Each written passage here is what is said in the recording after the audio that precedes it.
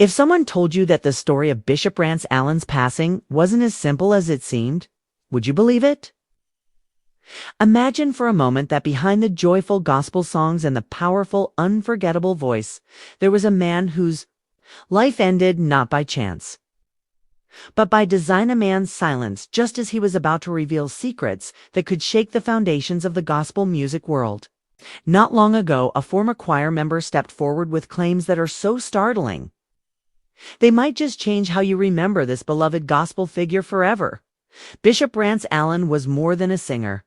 More than a preacher, he was a force. His music merged the traditional sounds of gospel with the soulful rhythms of R&B, bringing people together in ways few artists could. His influence reached far beyond the pulpit, inspiring generations of musicians and fans alike. So, when news of his death broke in 2020, the gospel community mourned deeply. Tributes came pouring in from every corner, and some of gospel's biggest names, like Kirk Franklin and Donnie McClurkin, offered their respects. But as the initial shock wore off, questions began to bubble beneath the surface. Some people close to Bishop Allen started to whisper that something wasn't right, that there was more to his passing than anyone was letting on. Officially, Bishop Allen's death was attributed to complications following a medical procedure. He was 71 years old. Yet, for those who had seen him recently, the official story didn't add up. Just days before his passing, he seemed vibrant and full of energy, still preaching, still singing, still very much alive. There was almost no information released about the specific circumstances of his death. No detailed medical reports were made public. No photographs emerged. And the funeral wasn't open to the fans who loved him so much.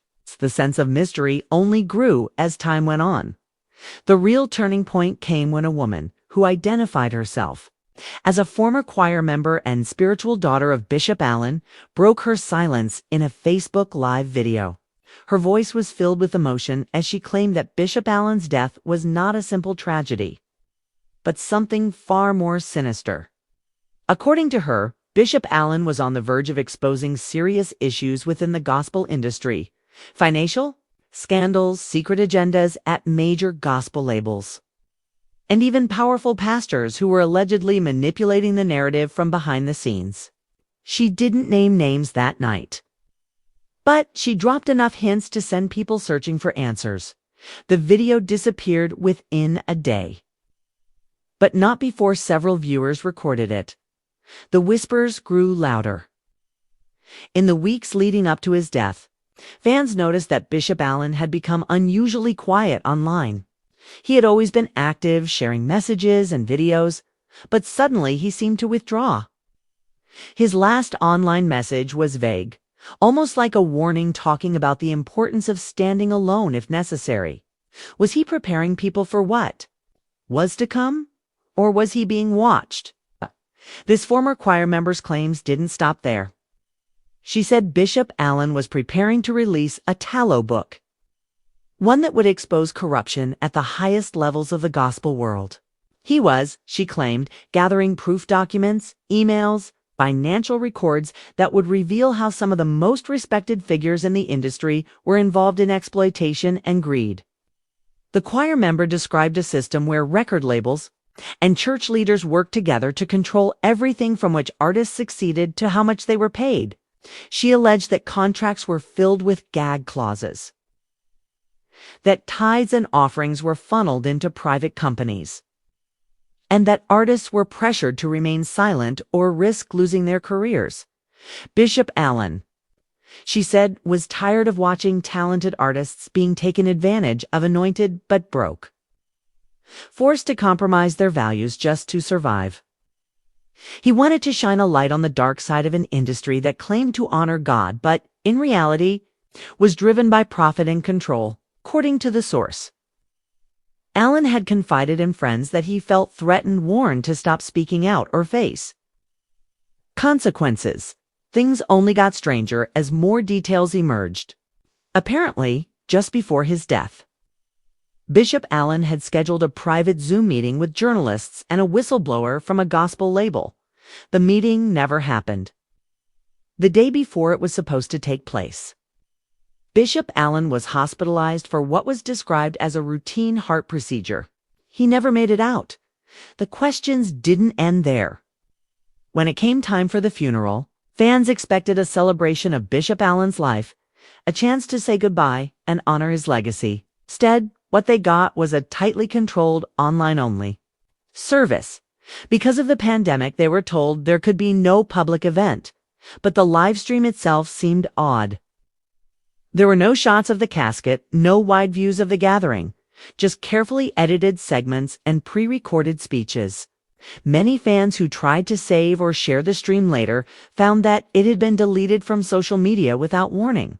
Some attendees even reported being told not to take photos or videos. And one choir member said it felt like everyone was being watched. Perhaps the most troubling detail of all was what happened to Bishop Allen's personal belongings. According to the choir member, he always kept a laptop close by a device filled with sermon notes, unreleased music, and plans for his tell-all project. Within 2 days of his passing, the house was cleared out not by family, but by church staff who claimed they were protecting the ministry. Friends who asked about his files were told everything was safe, but none of his unreleased material has ever surfaced. It's not a single new song, not a single unpublished sermon. Even independent bloggers who tried to investigate the situation found themselves silenced. One gospel blogger from Atlanta had their channel demonetized and eventually deleted after they started posting about what might have really happened to Bishop Allen.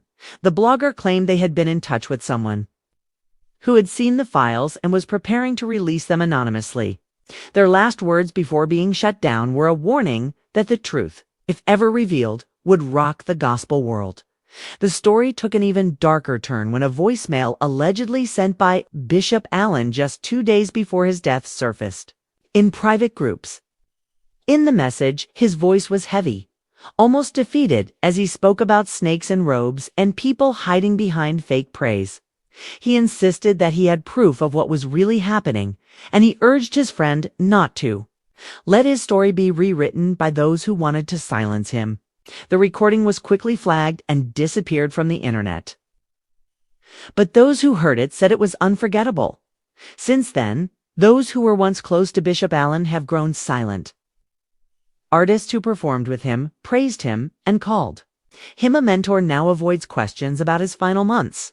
In gospel podcasts and interviews, his name comes up less and less, as if people are afraid to talk about him at all.